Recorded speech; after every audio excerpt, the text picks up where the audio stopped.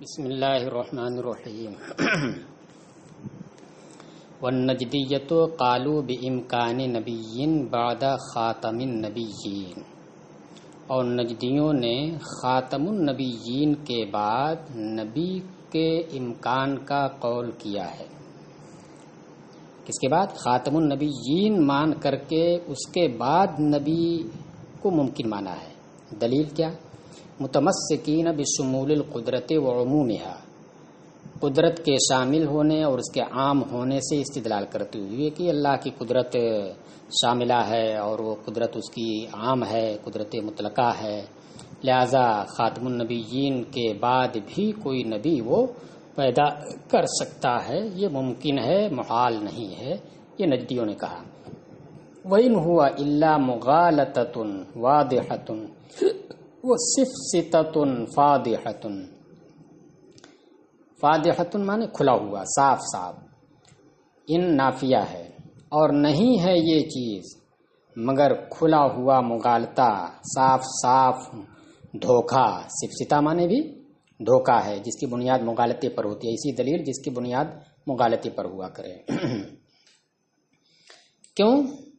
بھائی شمول قدرت سے استدلال کرتے ہیں کہ جب قدرت اللہ کی سب کو شامل ہے، ہر چیز کو شامل ہے، تو خاتم النبیین کے بعد کوئی نبی ہو اس بات پر بھی قادر ہے۔ لیکن کہہ رہے نہیں، یہ دھوکہ ہے۔ کیوں دھوکہ؟ کہہ رہے فَإِنَّ شمول القدرت وعمومها انما للممکنات والجائزات، اس لیے کہ قدرت کا شامل ہونا اور اس کا عام ہونا یہ ممکنات اور جائزات کے لیے ہے، یعنی ایسی چیز کے لیے اللہ کی قدرت عام ہے جو ممکن ہو، جائز ہو، محال نہ ہو۔ والممتنع الذاتی والمستحیل العقلی لیس مما يتعلق به القدرت کما مر مفصلا، اور ممتنع ذاتی و مستحیل عقلی دونوں ایک ہی معنی میں، یہ اس قبیل سے نہیں ہے جس سے قدرت کا تعلق ہو، یعنی جو چیز ممتنع ذاتی ہو، مستحیل عقلی ہو کہ عقل اسے محال کہے اس کے نفس تصور کی وجہ سے، تو اس سے قدرت کا تعلق نہیں ہوتا ہے، جیسا کہ تفصیل کے ساتھ گزر چکا۔ جیسے اجتماع ضدین کا جمع ہونا یہ ممتنع ذاتی ہے، تو اس سے اللہ کی قدرت متعلق نہیں ہے۔ اور خاتم النبیین کے بعد کسی نبی کا ہونا یہ ممتنع ذاتی ہے۔ اس لیے ممتنع ذاتی ہے کیونکہ دیکھیے ابھی آگے وہ تفصیل آئے گی، اجمالاً اتنا سمجھ لیجئے کہ دیکھیے نبی کے امکان کی یہاں پر 3 صورتیں ہیں۔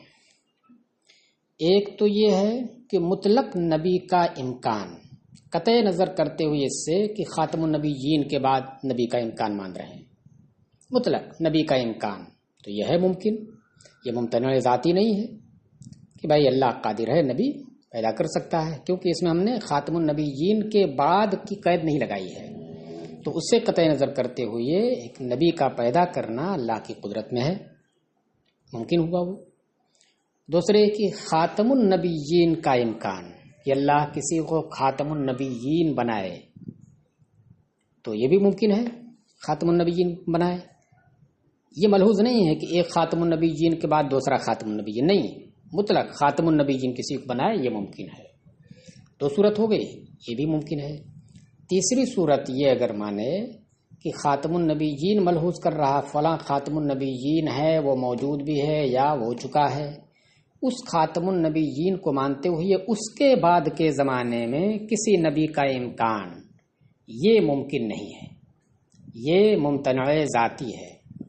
ممتنع ذاتی کا مطلب کیا ہوا؟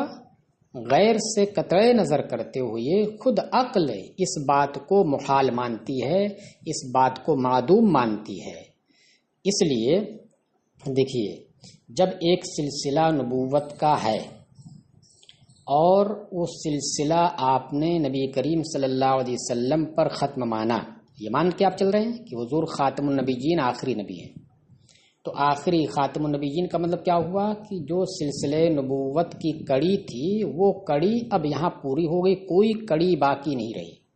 یہ نہ ہوگا خاتم النبیین کا مطلب کہ اب کوئی کڑی اس سلسلے کی باقی نہیں رہی۔ آپ مان رہے ہیں حضور خاتم النبیین ہیں، یعنی سلسلے نبوت کی آخری کڑی ہے، اس کے بعد اب کوئی کڑی باقی نہیں۔ اب حضور کو خاتم النبیین آخری کڑی مانتے ہوئے پھر یہ مانیں کہ آپ کے بعد بھی کوئی نبی آ سکتا ہے، تو یہ اس بات پر دلالت کر رہا ہے کہ اس کا مطلب یہ حضور کو آپ آخری نہیں مان رہے ہیں، جبکہ آپ آخری مان چکے ہیں۔ اور جب آپ آخری مان چکے ہیں تو کیسے کوئی فرد بچا رہ گیا جس کا امکان آپ اس آخر النبیین کے بعد مان رہے ہیں؟ اس لیے کہ اگر آپ اس کے بعد بھی حضور کے بعد بھی کسی نبی کو ممکن مانتے ہیں تو اس کا مطلب یہ ہے کہ سلسلے نبوت کی ساری کڑی ابھی مکمل نہیں ہوئی ہے، ایک فرد باقی تھا۔ اس لیے کہ جب آخری فرد جو آ جائے گا تو وہاں پر یہ ہوگا کہ اب کوئی کڑی کوئی فرد باقی نہیں رہا۔ حالانکہ آپ یہ کہہ رہے ہیں کہ حضور خاتم النبیین کے بعد آپ مان رہے ہیں، یعنی خاتم النبیین کسی کو مان رہے ہیں آخری نبی، اور جیسے ہی آخری نبی مان رہے ہیں جس کا مطلب کہ کوئی فرد باقی نہیں رہا، اور جب کوئی فرد باقی نہیں رہا تو کیسے ایک فرد آپ اس کے بعد ممکن مان رہے ہیں؟ عقل اسے بالکل نہیں مانتی، عقل کہتی ہے کہ ہو ہی نہیں سکتا، یہ معدوم ہے۔ تو یہ چیز ماننا خاتم النبیین کے بعد کسی نبی کا امکان، یہ محال عقلی ہے، اور مطلق خاتم النبیین سے قطع نظر کرتے ہوئے کسی نبی کا امکان، یا خاتم النبیین جو حضور ہیں ان سے قطع نظر کرتے ہوئے کسی نبی کو خاتم النبیین مان کر کے اس کا امکان، تو وہ تو ممکن ہے۔ چلیے، لیکن محال بالغیر ہے اس اعتبار سے کہ اللہ نے حضور کو خاتم النبیین کہہ دیا، اس لیے اب کوئی کیسے خاتم النبیین آگے ہوگا؟ وقال القاری فی شرح الفقہ الاکبر، اور ملا علی قاری نے شرح فقہ اکبر میں فرمایا انما یمتنع بنفس، اب وہی ممتنع ذاتی کی تفصیل چل رہی ہے، اس میں دکھائیں گے کہ خاتم النبیین کے بعد کسی نبی کا ہونا یہ ممتنع ذاتی ہے، اور باقی دو صورتیں جو ہیں مطلق نبی کا امکان خاتم النبیین کے بعد کی قید سے ہٹ کر کے، تو وہ ممکن ہے، وہ ممتنع ذاتی نہیں ہے، وہ ممتنع بالغیر ہے۔ کیا فرمایا اس کے اندر؟ انما یمتنع بنفس مفہومہ کجمع الضدین وقلب الحقائق واعدام القدیم لا يدخل تحت القدرت القدیمہ، کہ وہ جس کا جو ما یمتنع بنفس، وہ چیز جو اپنے نفس مفہوم کی وجہ سے ممتنع ہو، محال ہو، نہ ہو سکے، اپنے نفس مفہوم کی وجہ سے، غیر سے قطع نظر کرتے ہوئے کہ کسی نے خبر دے دی ہے اس لیے اب یہ نہیں ہو سکتا ہے، تو وہ جیسے کہ ضدین کا جمع ہونا، کہ جمع ضدین قطع نظر اس سے کہ کوئی یہ کہہ دے کہ جمع ضدین نہیں ہو سکتا، ہٹا دیجئے اس کو، اس سے بحث نہیں۔ جمع ضدین کا جیسے آپ تصور کریں گے اس کا مفہوم جو ہوگا تو اس کا مفہوم ہی جو ہے معدوم ہو رہا ہے، ہو ہی نہیں سکتا اس کا وجود۔ وقلب الحقائق، کسی طریقے سے حقائق کو پلٹ دینا، ممکن جو ہے اس کو جو ہے ممتنع بنا دینا، ممتنع ہے ممکن بنا دینا، یہ بھی کیا ہے؟ یہ بھی اپنے نفس مفہوم کے اعتبار سے آپ اسے جب بنا رہے ہو، مان رہے ہو ممکن ہے، تو وہ ممتنع کیسے ہو جائے گا؟ تو یہ حقائق کو پلٹ دینا۔ وَإِعْدَامِ الْقَدِيمِ، قدیم جو ہے اس کو معدوم کر دینا۔ ایک قدیم جب اسے مان رہے ہیں تو قدیم کا مطلب کہ کبھی ختم نہ ہو، اب اس کو معدوم کرنا، یہ جو مفہوم ہوا یہ اپنے نفس مفہوم کے اعتبار سے نہیں ہو سکتا، وجود نہیں ہو سکتا۔ کیا نہیں وجود ہو سکتا؟ اعدام قدیم کا، کہ قدیم کو معدوم کرنا، پایا جائے، یہ نہیں ہو سکتا۔ عقل خود ہی کہتی ہے کہ جب آپ اسے قدیم مان رہے ہو تو قدیم ماننے کا تقاضا ہے کہ وہ ختم نہ ہو۔ اب اس کو ختم کرنے کا مطلب کیا ہوا؟ کہ یہ ایک حقیقت باطلہ کا ایک نام صرف آپ دے رہے ہیں، اعدام القدیم کہہ رہے ہیں کہ ایک نام، ایک لفظ ہو گیا مگر اس کی حقیقت باطل ہے۔ تو یہ چیز پوری دیکھیے، پورا ترجمہ شرف فقہ اکبر میں فرمایا کہ بے شک وہ چیز جو اپنے نفس مفہوم کے اعتبار سے ممتنع ہو، جیسے ضدین کا جمع کرنا اور حقائق کو پلٹ دینا، قدیم کو معدوم کر دینا، تو یہ چیز قدرت قدیمہ کے تحت داخل نہیں، اللہ کی قدرت قدیمہ کے تحت داخل نہیں۔ اچھا، اب رہی بات کی نجدیوں کو آخر ہوا کیسے ایسا کہ انہوں نے اس بات کا قول کر دیا کہ خاتم النبیین کے بعد کوئی نبی ہو سکتا ہے؟ کہہ رہے ہیں کہ والباعث لهم على هذا الاجتراء الجهل او التجاهل بمعنى الممتنع الذاتی والمستحیل العقلی، اور نجدیوں کو اس جرات مندی کے اوپر ابھارنے والا، کون سی جرات مندی؟ یعنی یہ کہنے کی جرأت کہ خاتم النبیین کے بعد کوئی نبی ممکن ہے، تو اس جرأت مندی کے اوپر ندیوں کو ابھارنے والی چیز کیا ہے؟ ممتنع ذاتی اور مستحیل عقلی کے معنی سے ناواقف ہونا، یعنی حقیقت میں ناواقف ہیں، جان ہی نہیں رہے ہیں، یا یہ کہ تجاہل عارفانہ کرنا، یعنی جانتے ہوئے بھی اسے نہ جاننا، التجاہل یعنی بتکلف اسے نہ جاننا۔ تو یہ وجہ ہے، اس کی وجہ سے انہوں نے یہ کہہ دیا، کیونکہ ممتنع ذاتی کا مطلب ہی یا تو جانتے ہی نہیں یا تو جان کر کے انجان بنتے ہیں۔ فَإِنَّ مَعْنَاهُ، اب اس کا معنی بتا رہے ہیں کہ ممتنع ذاتی ہے کیا۔ فَإِنَّهُ مَعْنَاهُ مَا لَا يُتَصَوَّرُ فِي الْعَقْلِ وُجُودُهُ، اس لیے کہ ممتنع ذاتی کا معنی ہے وہ چیز، ممتنع ذاتی کا معنی ہے وہ چیز کہ جس کے وجود کا عقل میں تصور نہ کیا جا سکے، یعنی اس کے وجود کا عقل میں تصور نہ کیا جا سکے، مع قطع نظر عن الغیر، غیر سے قطع نظر کرتے ہوئے۔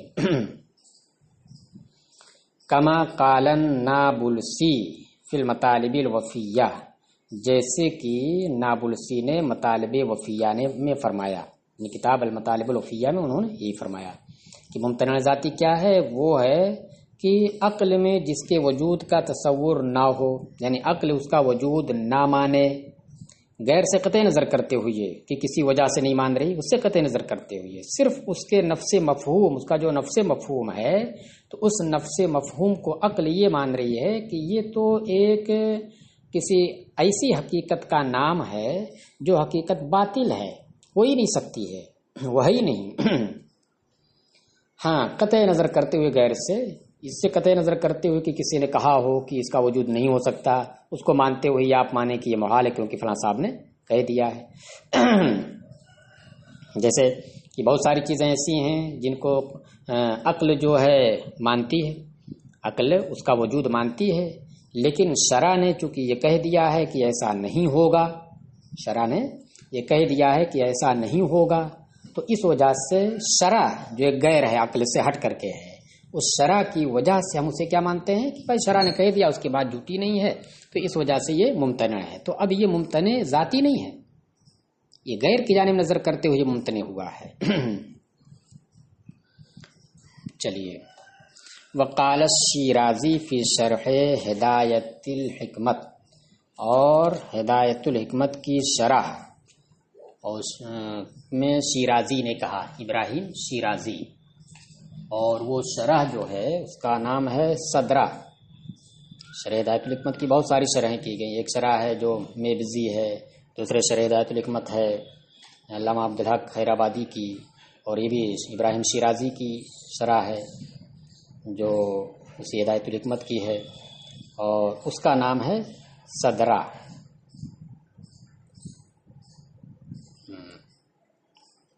تو شیرازی نے شرح ہدایت الحکمت یعنی صدرہ میں کہا، یہ کتابیں پہلے پڑھائی جاتی تھیں، اب جو ہے سب نہیں چلتی ہیں، سب فلسفے میں ہیں۔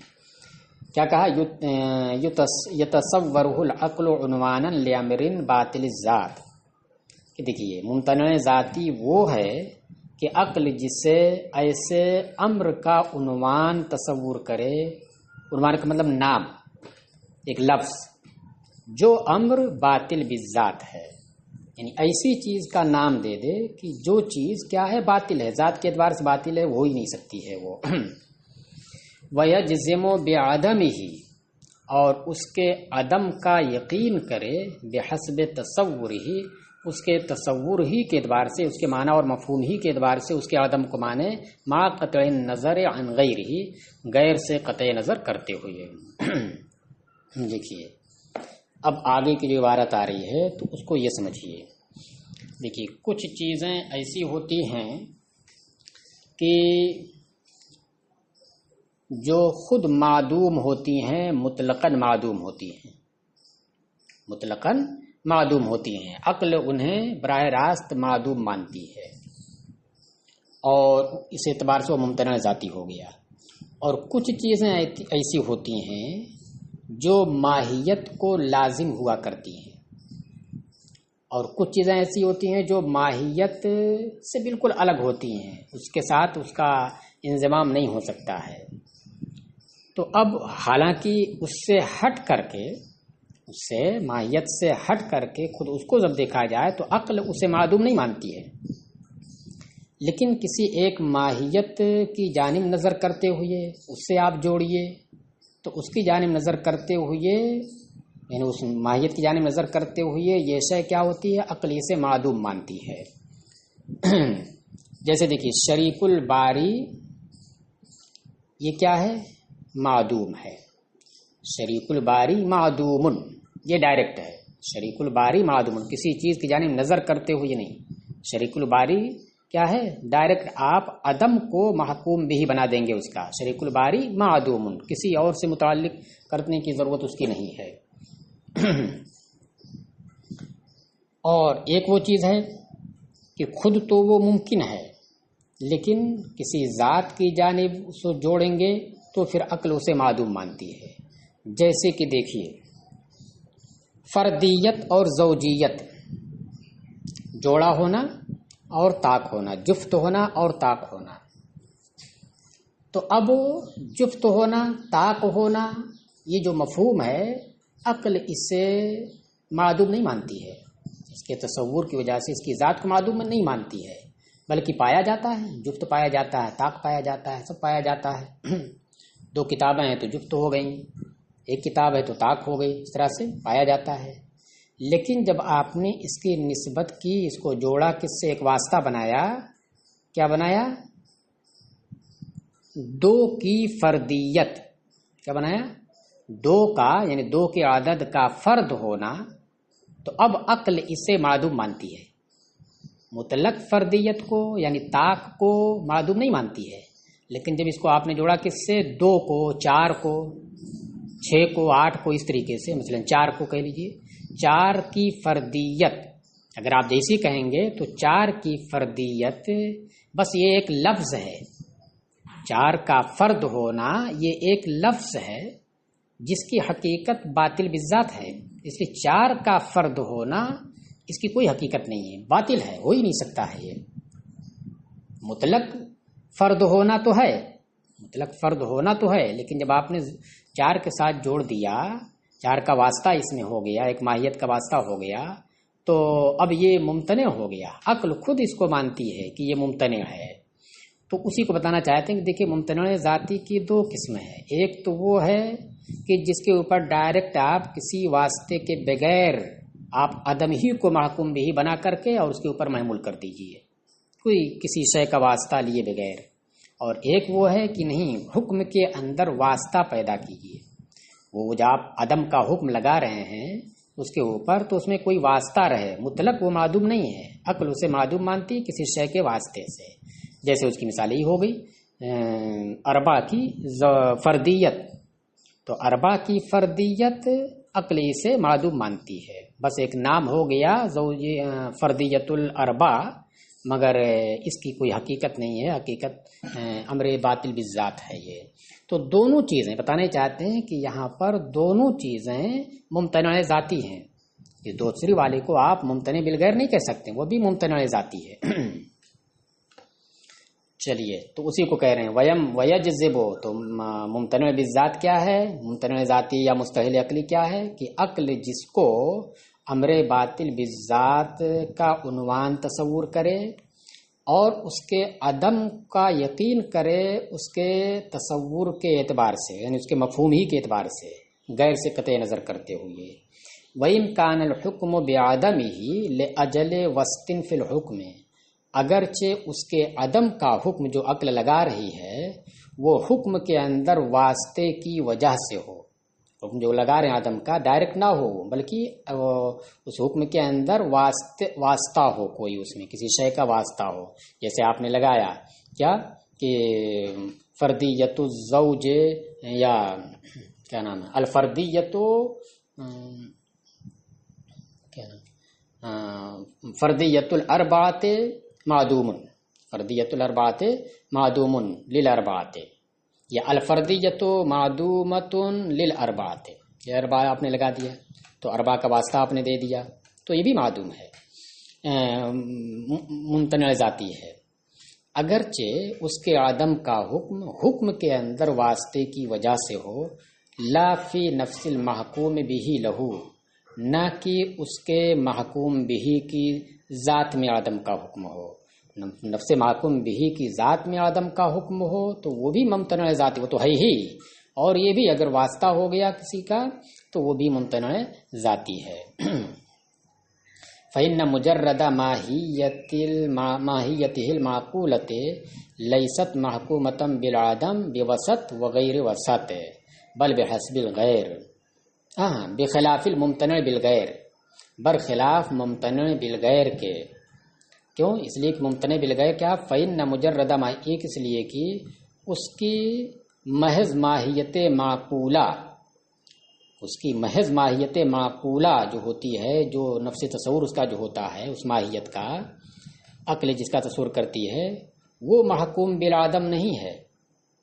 جو ممتنع بالغیر جو ہوگا تو ممتنع بالغیر کی جو ماہیت معقولہ ہے تو محض اس کی ماہیت معقولہ غیر سے قطع نظر کرتے ہوئے یہ محکوم بالعدم نہیں ہے کہ اس کے اوپر عقل جو ہے عدم کا حکم لگا دے، واسطے کے ساتھ یا بغیر واسطے کے. کوئی واسطے کے ساتھ یا بغیر واسطے کسی شے کا واسطہ لگا دیجیے یا بغیر واسطے کے، سے کوئی فرق نہیں پڑتا ہے، وہ محکوم بالعدم نہیں ہے. یعنی محض ماہیت معقولہ، بل بحسب الغیر، بلکہ اس کی ماہیت معقولہ غیر کے اعتبار سے محکوم بالعدم ہے. چلیے، جیسے اب ممتنع بالغیر کو آپ اس طرح مان لیجئے کہ مطلق نبی کا ہونا، خاتمیت والا ہٹا دیجئے، مطلق نبی کا ہونا یہ کیا ہے؟ مطلق نبی کا ہونا یہ مطلق نبی کا نہ ہونا. اس وقت مطلق نبی کا ہونا یہ ممتنع بالغیر ہے.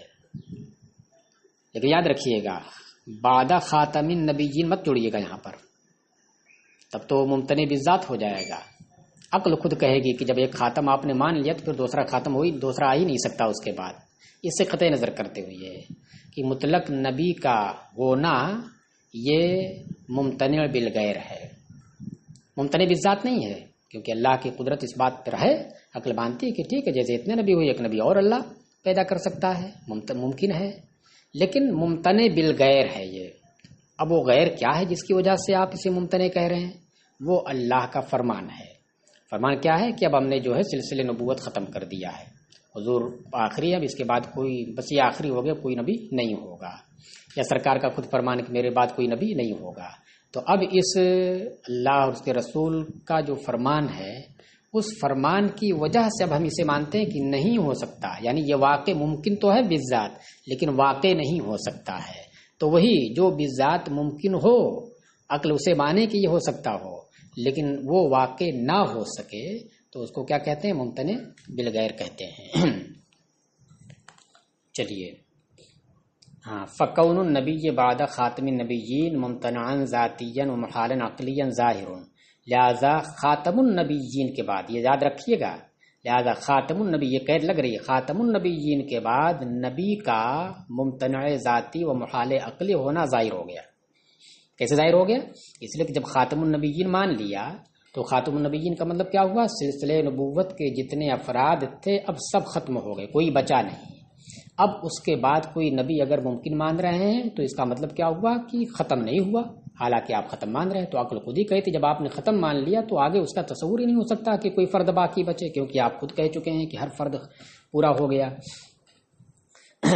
وَإِمْكَانُ خَاتَمِ النَّبِيِّينَ وَإِمْكَانُ النَّبِيِّ مُطْلَقًا لَا يَمْنَعُ. ہاں البتہ یہ رہی بات بعد خاتم النبیین کے قید ہٹا کر کے، مطلق آپ خاتم النبیین کا امکان یا ایک ہی مطلق نبی کا امکان، خاتم النبیین کا امکان، خاتم النبیین کے بعد نہیں، مطلق خاتم النبیین کا امکان کہ کسی کو اللہ خاتم النبیین بنائے تو یہ ممکن ہے. اسی طریقے سے مگر ممکن وقوعی نہیں ہے. اور اسی طریقے سے مطلق نبی خاتم النبیین نہ ہو، مطلق نبی کا امکان تو یہ بھی ممکن ہے، یعنی ممکن بالذات ہے. اور تو اس طرح کا امکان یہ لا یمنع من کون النبی بعد خاتم النبیین ممتنعا ذاتیا محالا عقلیا، یہ چیز یعنی خاتم النبیین کا امکان اور مطلق نبی کا امکان بغیر بعد خاتم النبیین کی قید کے، یہ خاتم النبیین کے بعد نبی کے ممتنع ذاتی و محال عقلی ہونے سے مانے نہیں ہے، کیونکہ اس میں قید لگی ہوئی ہے نا، تو قید کے ساتھ ممتنع ذاتی ہے، اس قید کے ساتھ بعد خاتم النبیین یعنی خاتم النبیین کے بعد کی قید کے ساتھ نبی کا ہونا یہ ممتنع بالذات ہے، اور اس قید کو ہٹا دیجئے تو اب چاہے مطلق نبی کا امکان مانیے یا خاتم النبیین کا امکان مانیے وہ ممکن ہے، وہ ممتنع بالذات نہیں ہے بلکہ ممتنع بالغیر ہے۔ علا قراب، دیکھیے اب ایک فلسفہ کا ایک ضابطہ ہے، اس ضابطے سے اس بات پر استدلال کرتے ہیں کہ دیکھیے وہاں پر بھی کیا ہے کہ ایک چیز ہے جو مطلق ہے یعنی قید بعدیت کی قید سے قطع نظر کرتے ہوئے وہ چیز ممکن ہے، لیکن بعدیت کی قید لگا دیتے ہیں تو ممتنع بالذات ہو جاتی ہے۔